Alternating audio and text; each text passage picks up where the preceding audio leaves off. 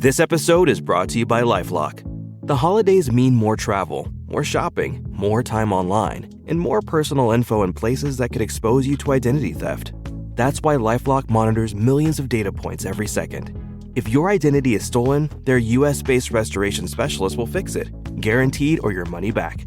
Get more holiday fun and less holiday worry with LifeLock. Save up to 40% your first year. Visit LifeLock.com/podcast. Terms apply. This episode is brought to you by AWS. Amazon Q Business is the generative AI assistant that can securely understand your business data, summarize results, and streamline tasks. Learn what Amazon Q Business can do for you at AWS.com/learn more.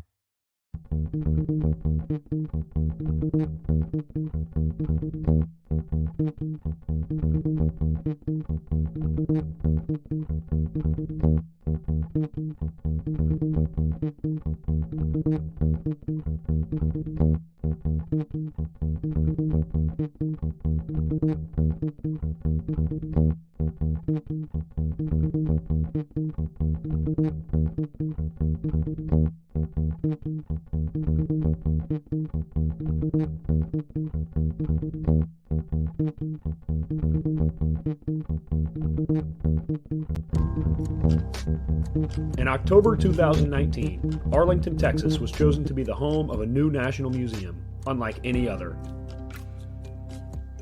The National Medal of Honor Museum will be a unique home of military history. The 100,000 square foot museum will house exhibits, archives, and artifacts relating to the 3,500 U.S. troops who have been awarded the medal, the nation's highest honor for valor in combat. The museum will have 31,000 square feet of galleries dedicated to U.S. troops who have received the award. The museum CEO, former Navy SEAL and NASA astronaut Chris Cassidy, said the museum will focus on education as much as preservation. The building will have 5 areas dedicated to Medal of Honor winners from the Army, Marine Corps, Navy, Air Force, and Coast Guard. The main gallery will be located in a central plaza under a 25,000 square foot slab of steel, which will appear to be suspended in midair. It will be supported by 5 pillars. Black Rifle Coffee is a corporate sponsor of the museum, as are the Dallas Cowboys. The museum's board also includes over a dozen major corporations and 6 Medal of Honor recipients, including David Bellavia, Patrick Brady, and Britt Slabinski. Army Staff Sergeant Bellavia was awarded the medal for clearing an entire house by himself on November 10, 2004, as a squad leader in support of Operation Phantom Fury in Fallujah, Iraq. He killed 4 enemy fighters and wounded a 5th in close quarters battle. Army Major General Brady flew and coordinated the evacuation of 51 seriously wounded men during a firefight in Vietnam in January 1968.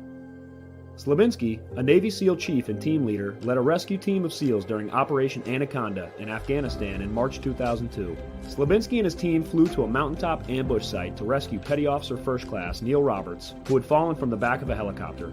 Slabinski led the team through almost constant combat against an entrenched Taliban force. Along with the board members, former presidents Jimmy Carter, Bill Clinton, George W. Bush, and Barack Obama serve as honorary directors. The museum is expected to open to the public in late 2024.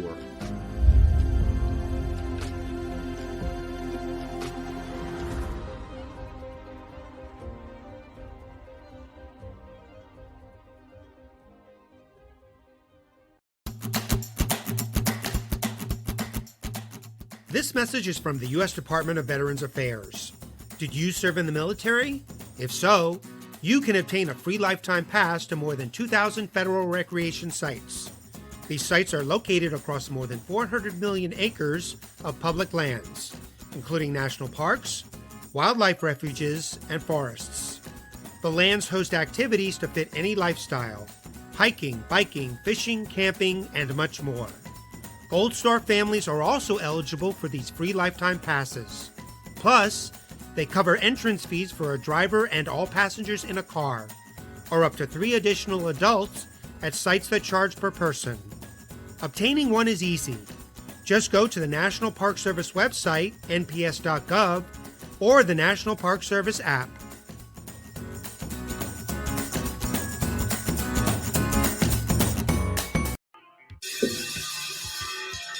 All right. Welcome back Misfit Nation. We are a show founded by a veteran and hosted by two veterans and a military spouse. Our mission is to get people to tell their story to the world. If you're an author, share your tips with the Misfit Nation. If you're a musician or actor, our audience needs to know how they too can get into the business. Coaches, we love our coaches. Come on and share some of your tips with the Misfit Nation to help them become better versions of themselves. If you're a corporate leader or an entrepreneur, come on and share how you did it and how hard you have fought for success. If you're a veteran, first responder, or Gold Star family, we would love to have you come on and just share your story with the Misfit Nation. We always have time for you. If you're feeling down, alone, or starting to see the darkness, stop. Think about those who are around you. You are not alone. You will be missed. If you feel like your problems will be a burden to those in your inner circle or are embarrassed, dial 988. If you are a veteran, take option 1. We need you to keep pushing forward. Don't make a permanent solution to a temporary problem. If you're a new listener, welcome to the Misfit Nation. Be sure to subscribe to our show on your favorite podcast apps and also on our YouTube channel at @_Misfit Nation. Subscribe and click the bell to keep you up to date with our latest episodes and all of our news. You can also find us on Heroes Media Group and About Face Radio. Now, let's get to the show.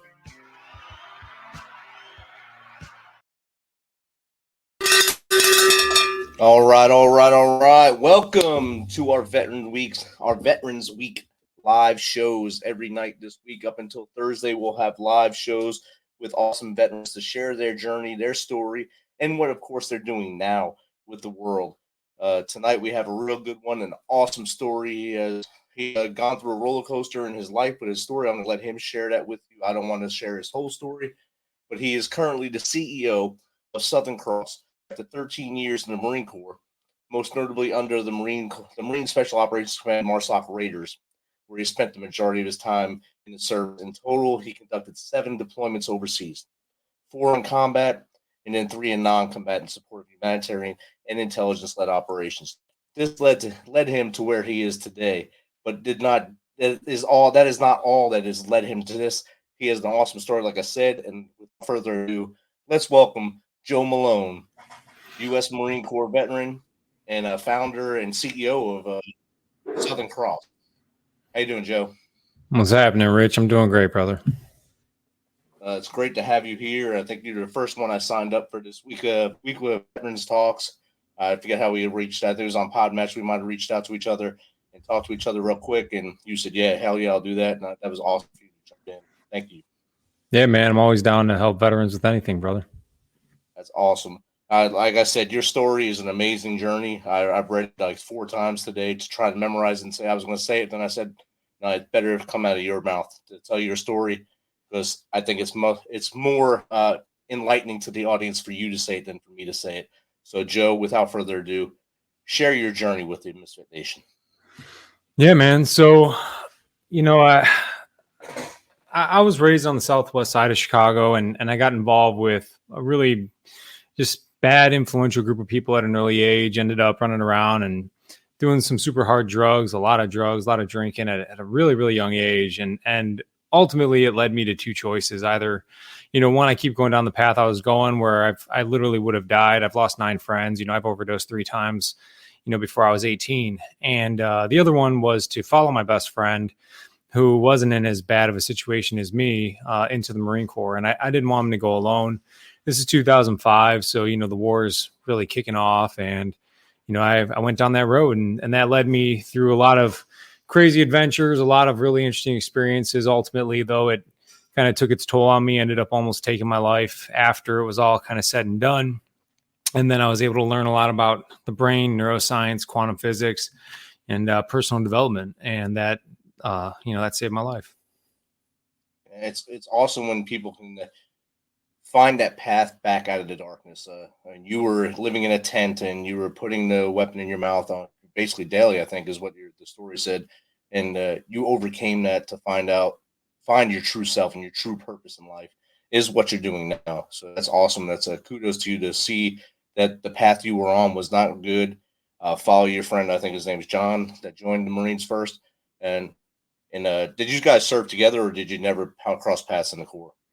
Yeah, we never crossed paths. We had 3 years of overlapping time, but he was stationed in North Carolina when I was stationed overseas and in California. So as he got out, ironically enough, is when I went to North Carolina. So, of course, you don't get a high five or anything like that, right? So tell us about your thoughts on how you came up with Southern Cross and getting that business going and helping others to help themselves.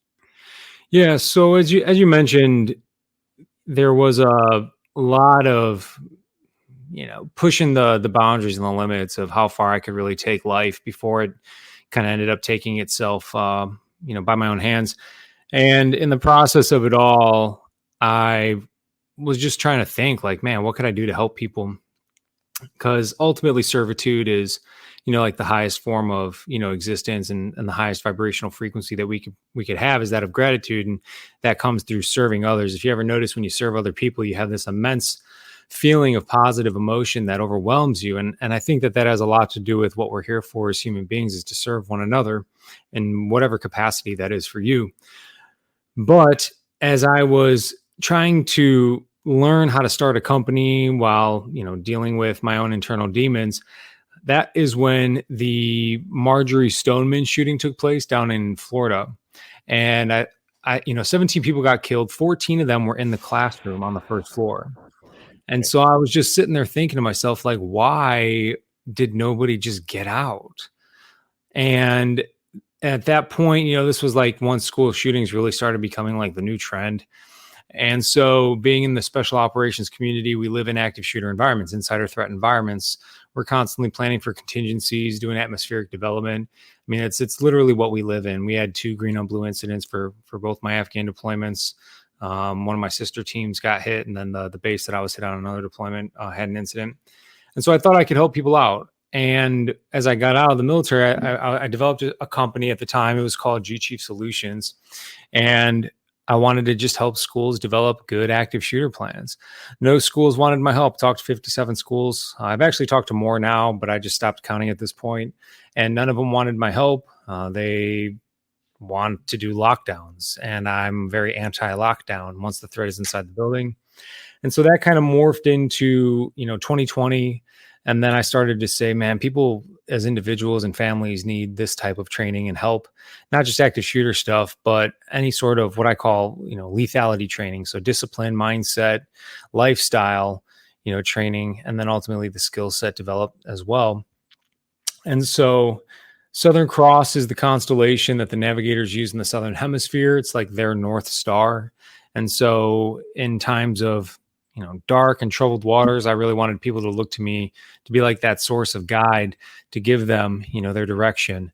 And ultimately, that's where Southern Cross came from.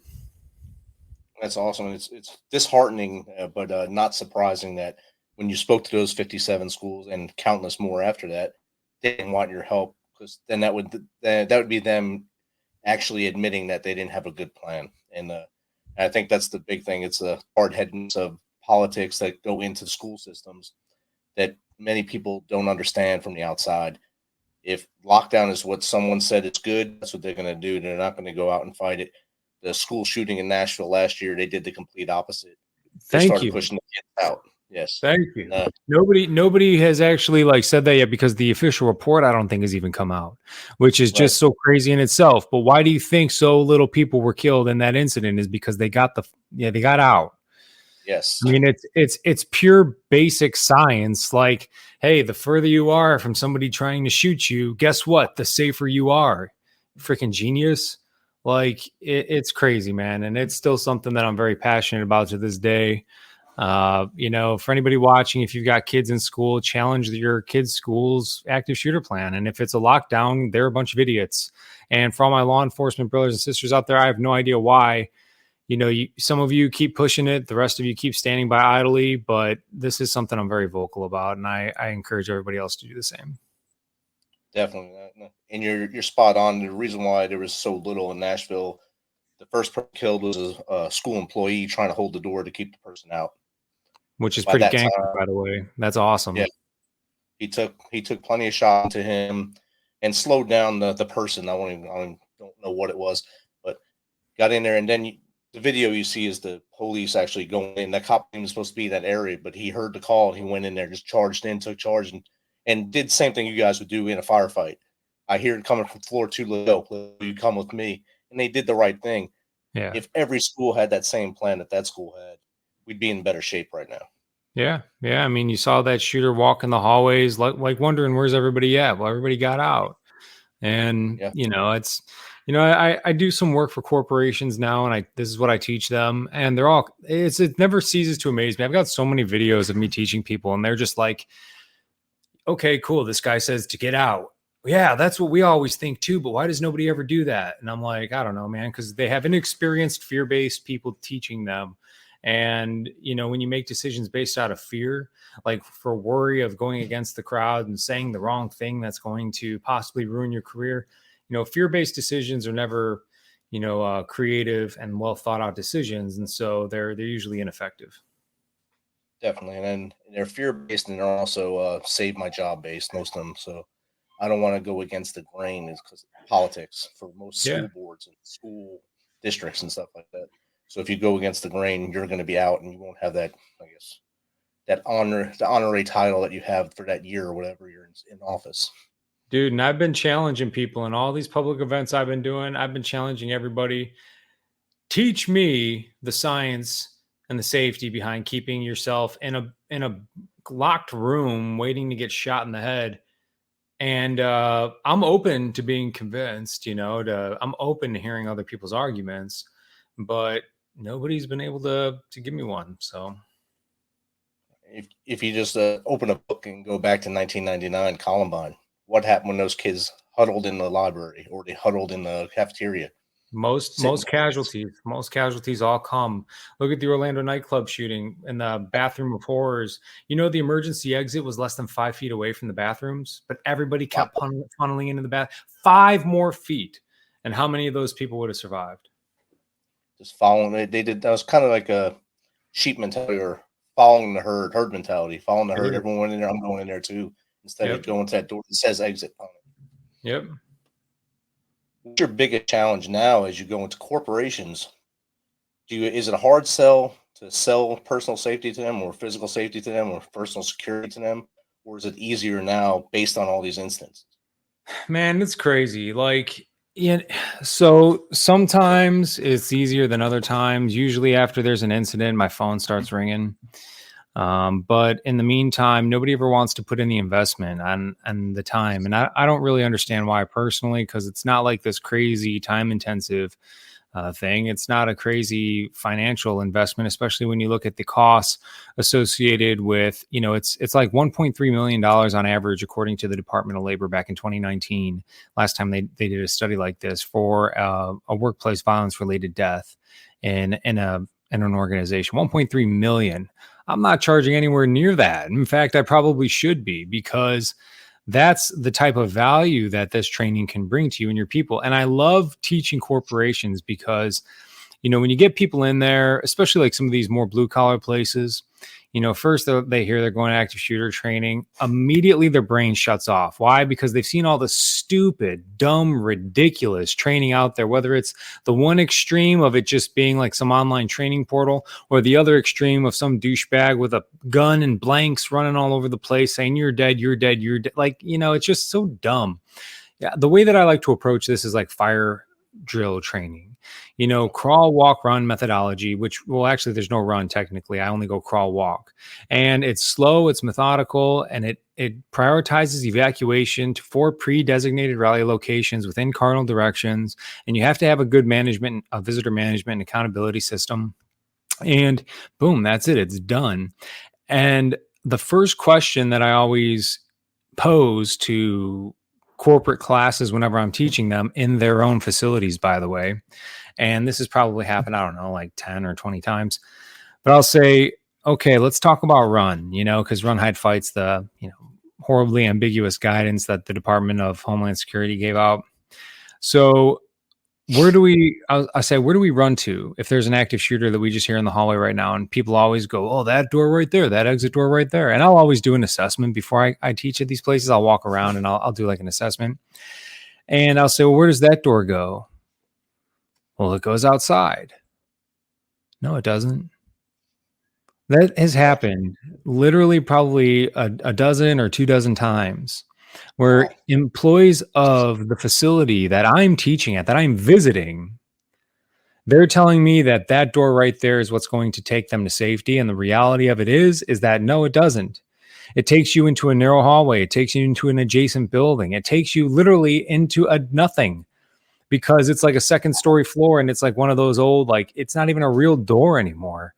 And so just that right there would be enough to throw somebody for a loop in a time of great stress, to where now you have a whole group of people sitting right there in a choke point, and, you know, most likely they'll end up getting engaged. But it just depends, man. It's still a pretty hard sell when it comes to corporate training as well.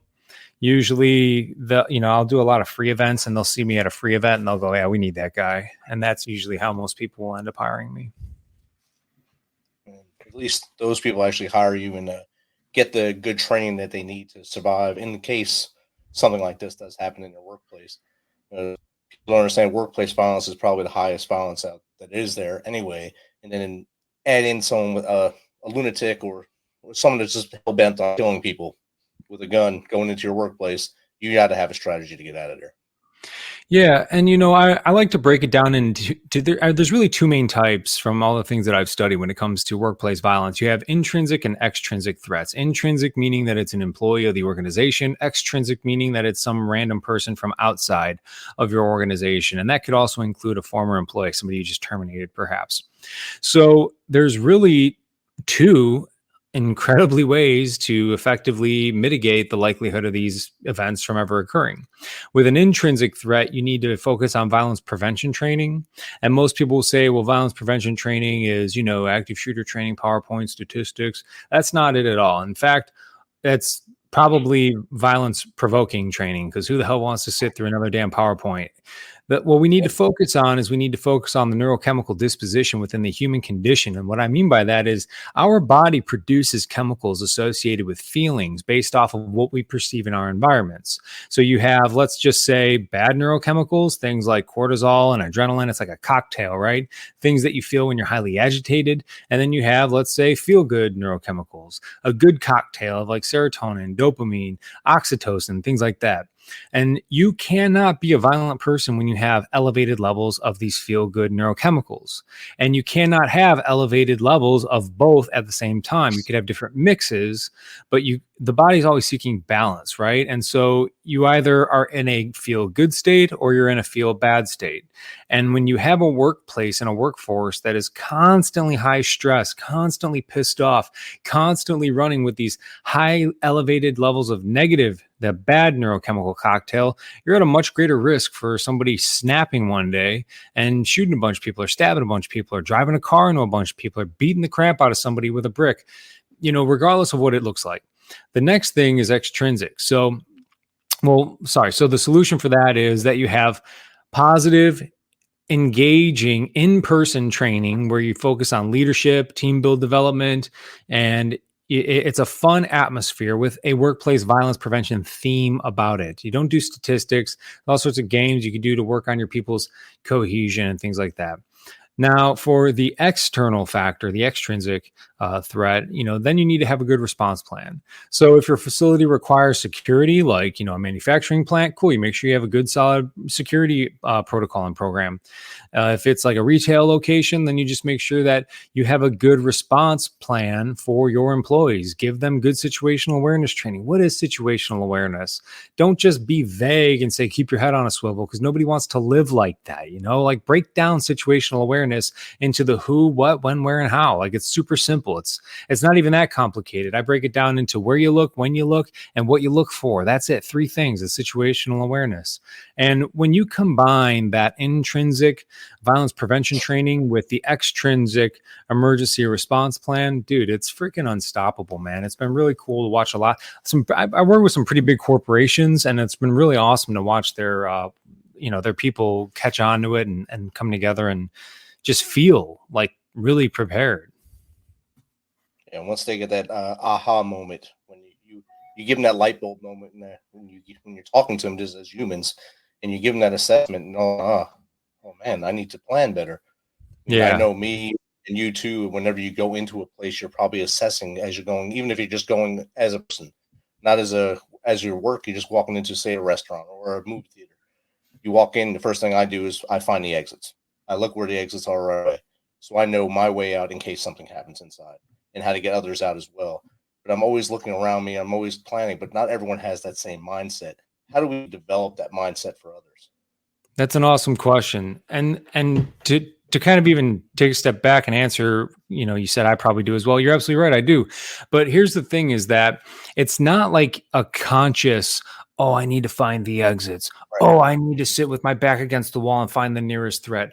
What happens is our brain has two main priorities: to conserve energy, which means not burn calories, because the brain at a primitive level doesn't know we live in this luxurious, eat whenever you want type environment. It just knows, hey, don't burn energy if you don't have to. And then 2 is to keep you safe from death and harm, right? It doesn't want to get the body hurt because that's associated with death. So when it has these two main priorities, now the brain burns more calories per gram of body weight than any other part of the human body. It's a caloric burning machine.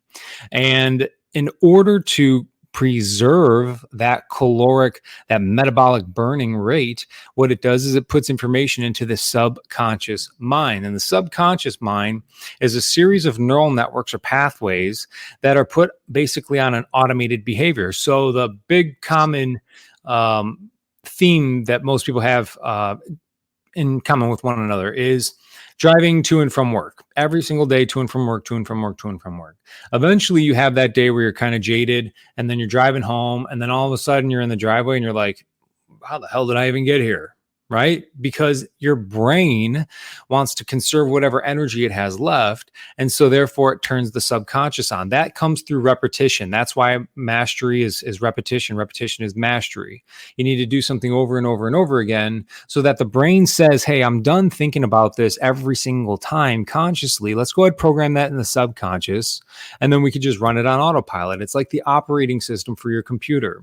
You don't see all the mechanics that are taking place behind the scenes, but the operating system is what is keeping the computer functioning. That's your subconscious mind. So when we learn about something, and then when we perform something, and then when we do that repetitively over a period of time, so something like the Lethality University is what I'm running right now, where we teach everyday people life-saving skills, how to be your family's own hero.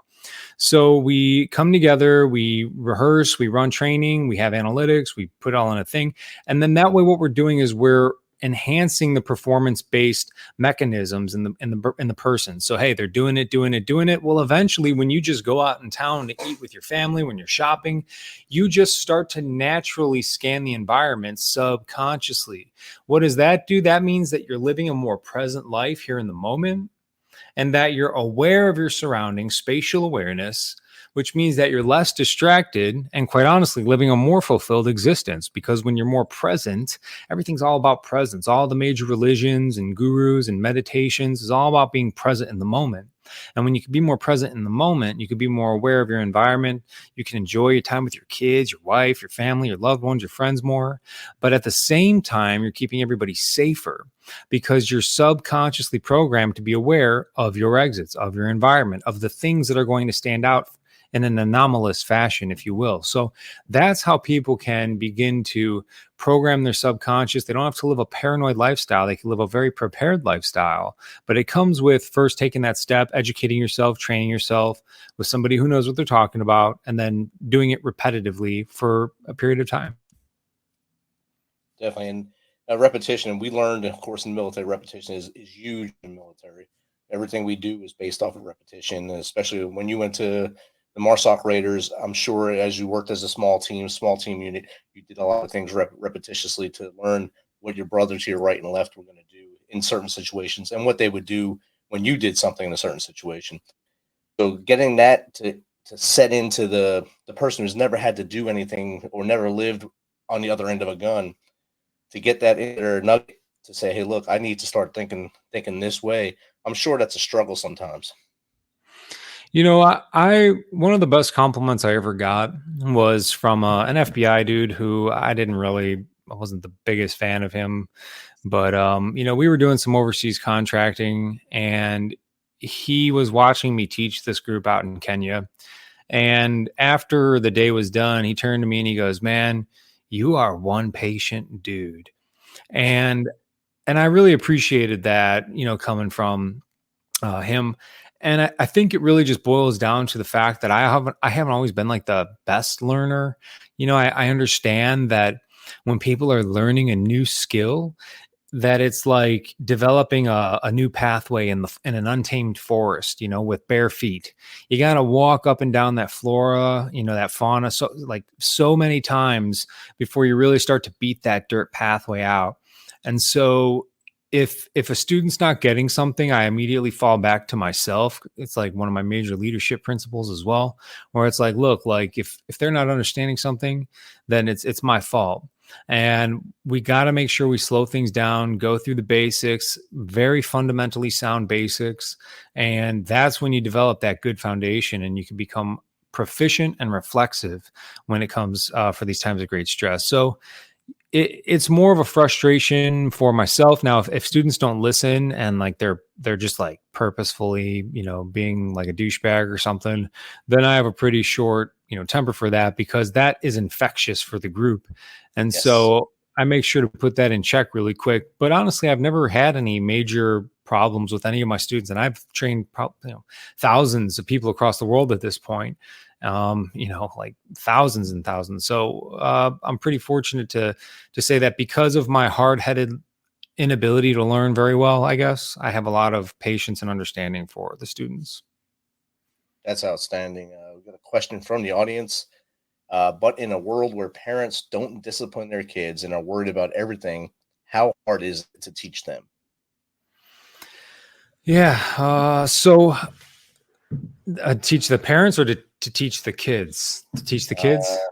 It says them, so I guess both maybe. I don't know. Well, so I've started working more with some youth, later teenage, you know, 16, 17-year-olds. And man, it's all about conditioning, right? So if a parent has never really been taught, and this is a big reason why I think that it's important for parents to be disciplined. I think it's important for parents to have good physical fitness. I think that it's important to recognize your kids see everything that you do. They'll never listen to you, but they will never fail to emulate you. And if you're not keeping your life in check, then you're literally telling your child it's okay for them to not keep their life in check. And so as they grow and as those neural pathways in the brain become more solidified, you know, it's like, man, it's going to be more and more difficult to, you know, it's called neuroplasticity, or rewire the brain, especially for, you know, young teenage boys. So I guess, you know, how do you teach them? Well, it's going to be always by example. So if I had an adult with me, if I had a teen with me, I always live my life by example. One of the few things I like about social media is that it allows me the opportunity to put myself out there every single day, show people what I'm doing, living up to my word, my routines, my habits, my disciplines. You know, the life that I claim to live and lead is 100% the life that I live and lead. And I've got nothing to hide. I'm very transparent about that. And I think, you know, if you're a parent trying to lead a child, you need to do that. If you are somebody like myself trying to teach one or the other, that's what it's always going to boil down to is leading by example. Definitely. I think leading by example, setting that example forward actually paves the way for a better learning lesson for all those in the group or the class, wherever you're in there. If you're just mentoring youth at an event, setting that example for them. If you were trying to hide, you wouldn't put your whole story on your website. And that's a testament to you trying to show the world that you were able to battle the demons as a young man, get your discipline and get your compass and get your side aperture right and go forward to what you're doing now. So that's a testament to you right there, and you're leading by example right there. Yeah, thanks. You know, and it's really just so that everybody knows, dude, like if I could do it, anybody could do it. And you hear people say this all the time. It's just a matter of fucking doing it. Sorry, I don't know if I'm supposed to, you know, swear or not, but it's just what it's all about. Put that first step forward and make it happen. And in all of my training, like in all of my classes, I never go back on what I preach at all. And I'm so proud of that I put it out there immediately for all the students to see. Like the easiest example for me to give you is like the weapon safety rules. Treat every weapon as if it's loaded. Keep your finger straight up and off the trigger until you're aimed and ready to fire. That's a huge one when it comes to weapons manipulation. My finger never touches that trigger or the trigger guard until I am up on target and I'm ready to shoot. And the students at first, when they hear that, they're kind of like, yeah, whatever, especially when they're newer to firearms. We naturally want to clutch our hands. It's this crazy ability that we have, but you can't. You got to keep that trigger finger straight up and off that trigger at all times. And so even through all the crazy manipulation that I'm doing, how fast I'm moving, what I'm showing the class, when I'm slowing things down, I always make sure, I don't even make sure, it's just subconscious, that my finger's straight up and off that trigger. And when they see that, they recognize it along with all the other things as well. Definitely. Always, I guess trigger awareness is something that's hard to instill in people, but after, like we've been saying, repetition gets you to that muzzle and trigger awareness. Don't point at something you don't want to shoot. Mm-hmm. That's something else you need to learn. And if they understand all those principles, I think you're hitting the nugget and making sure they understand things right. Absolutely. That's all you got to do. I moved it to 5 weapon safety rules now. My newest safety rule is know the condition of your weapon at all times. But if you do those 5 rules for guns, you'll never have an issue. Even if that thing decides to just go off on its own, guess what? It's pointed in a direction towards something that you are willing to destroy, so it doesn't matter. So no matter what, follow those 5 rules and you'll never have any problems. Exactly. And Joe, did you have any mentors that gave you eye-opening things for leadership, or is it just all through studies? The military gave me a lot of horrible leaders. Very few of them, I can count them on one hand, and it doesn't even fill up my whole hand, that were actually good leaders. And there's a lot of reasons behind that, dive into that maybe for another time. But when I was starting to really understand what was going on in my brain, like why I was behaving and feeling the way that I was, doing the things I was doing, the first person, and I honestly, to this day, I still do not understand. I don't know how I came across this guy, but his name was Earl Nightingale. He's dead now. He was a radio talk show guy, talked about Think and Grow Rich, written by Napoleon Hill. And I just somehow came across this dude on YouTube. And as I was listening to him, I came across Ed Millett. Ed Millett turned me into Tony Robbins. Tony Robbins turned me on to John Asseroff. John Asseroff turned me on to Bob Proctor. And like these major, awesome minds that accomplished anything. These were the people that I started to look in on and follow in and research on. I got Think and Grow Rich, and I started to really meditate on its words. I still read an excerpt from it every single day, at least, just to keep my mind on track. And I've been fortunate enough to work with people like John Asseroff now, and, hung out with him in person over at his house. And it's just so remarkable how when you truly shift your energy, the energy that you're putting out through physical exercise, the best way to change your energy, because you can't just think your way into a new vibrational frequency. You can't think your way into a new emotion, but you can physically generate a new emotion by working it out. Doing burpees, do 500 burpees and tell me you still feel the same. I guarantee you will not. Point is that, when I learned how to channel my energy, how to emit my energy, and how, the law of vibration is just like magnetism, dude, everything began to change for me so quickly. So those were like the mentors that I've had. And those are the people that I still listen to every single day. Outstanding. If you can give the audience 3 tips to maybe make their life more safe or more secure, what would that be? The first one's physical exercise. People do not work out enough. You need to be physically fit. You don't have to be like some jacked, ripped, dude or chick. But, like I post like these videos now, like I come across these videos and I'll post them on my Instagram where I'm like, what is going on with this dude? Like this guy, did you see the video of the baby in the stroller a couple of months ago? The wind picked up and started carrying the baby to a busy street, like 45 mile an hour, road. You did or you didn't? I did not see that one though. Dude, this guy, I don't know if it was a dude or a chick, but you know, they're like they literally couldn't even chase the baby down to save the child. Instead, they ended up falling flat on their face, and the kid was going to go die. The kid was going to die, little baby. And a good Samaritan, thank God, had the ability to run 40 steps and grab the child, the stroller, save the kid. But it's like when you're so incapable of even making a pivot and then running to go save a child from going into oncoming traffic, that's a problem.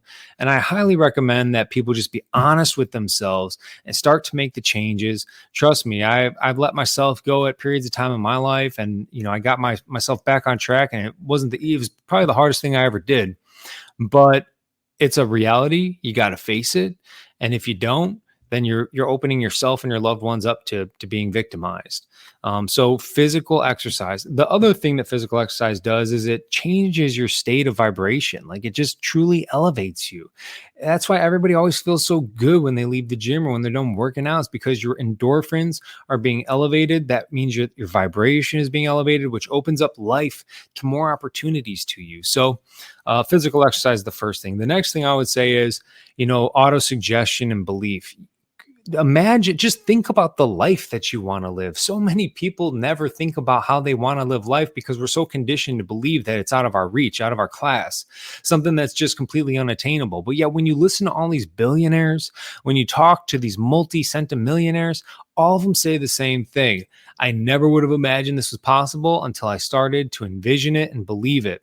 And they have ways of going about this. So truly spend time alone in the dark, like close your eyes and picture the life that you just want to live, the greatest life possible, and then write it down. Because when you write things down, you're taking it from the abstract and you're putting it into a physical form. As stupid as it seems, guys, I've got tons of notebooks behind me up there in the top, that corner right there. You know, those are just some of them. I've got notebooks all over the place. I mean, I literally write in these things every single day. And it's just really important because it keeps you on track and it holds your azimuth to where you want to go. So physical fitness, and then, you know, it's taking the time to think about the life that you really want to have, that you want to create. And then lastly, the third thing is action. So often we get caught up on just like holding on to our pennies, holding on to our money. Oh, I don't want to spend $300, $500, $1,000 on whatever it is. You're talking about personal development here, ladies and gentlemen. There is nothing in this world that is more important than your ability to develop more skills and more attributes so that you can contribute more to the world, because your income is always going to be directly correlated with the impact and the value that you are bringing to your fellow human beings. Again, you talk to all the billionaires, all the centimillionaires, millionaires, everybody always dumps a bunch of money in their personal development. That actually is my number one, the people I work with most now is executives of companies and corporations, because they as individuals know the value of personal development. And if you can have the ability to keep yourself safe, to be your family's hero, to save a life, you know, to use justified lethal defense, that develops your confidence in all areas of your life. And therefore, it makes you more of a profound person. So take action, immense action towards your goals, towards your own personal development. Remember, it's not what you need to do to be successful in life, regardless of what that success looks like for you, but it's a matter of who you must become. And when you become the person who is capable of receiving those types of levels of success, that is when you will be successful. So physical fitness, taking time alone to really truly visualize the life that you want, writing it down, and then taking massive action towards that goal and attaining it. Awesome. Those are great tips, Joe. And I like all three of them. So hopefully the audience also gravitates towards them. I was getting pumped just listening to you right there. I felt like I should go. I know I'm not going to do 500 burpees. I'm past that in life, but I know what burpees do to me. So I'll do 20 and pass out and then try again later. But hey, there you go, man. 20 is a start, though. Yeah. How does someone get in contact with you to maybe hire you as a consultant or just have you on their show like we're doing right now? Yeah. So anybody could email training@southerncross.company. That's like company is spelled out all the way. And then, they can get a hold of me through that. The most direct way is on Instagram, Joseph_Malone_official. And I respond to all those messages. It might take me a little bit because sometimes I get a decent amount of them, but that's always me responding right back to you directly. So if somebody wants to link up, do some training, join the community. I mean, dude, we've got some cool stuff going on in the Lethality University where we're starting to bring in nutritionists, physical fitness experts, other SOCOM, dudes. We got some chicks from the CIA who are doing some pretty crazy. I mean, just anybody and everybody to give people more well-rounded guidance on how to live a fulfilled lifestyle. So it's pretty cool. If anybody wants to get in on that, make sure you direct message me on Instagram, and I'll get you like a 50% off lifetime membership discount code. Awesome, Joe. This has been great chatting with you tonight, and thanks for being my first guest on Veterans Week this week. And I'm really impressed with everything you're doing and have done. And I mean, your resume is awesome. Your education, that you have so many certifications, it's amazing. Keep doing what you're doing, and I think everything's going to keep in the line for you. And hopefully someday a school will say, yes, come in and show us the light, young man, and do this. So I hope that's what we see in the future. Yeah, man, I appreciate bringing me on the show. And, if I could ever help out, never hesitate to reach out. Thanks, brother. You have a good night. All right, you too, man. For every veteran, there is a story about a calling to serve, to fight for the freedoms of the American people. And every story has a struggle, a sacrifice, and invisible wounds. Warrior Watts programs help veterans recover from PTSD and invisible wounds through exercise, nutrition, and connecting with other veteran leaders. It is estimated that 22 veterans die each day by suicide, and another 30 veterans die each day by substance abuse. These are preventable deaths. Warrior Watt is committed to fighting PTSD through fitness, nutrition, and community.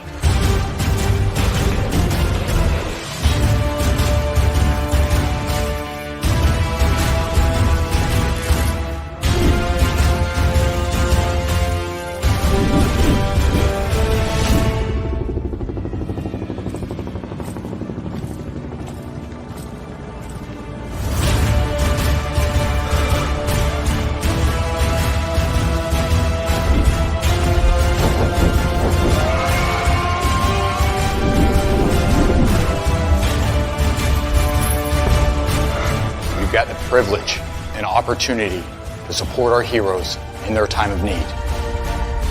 Will you join us and take action?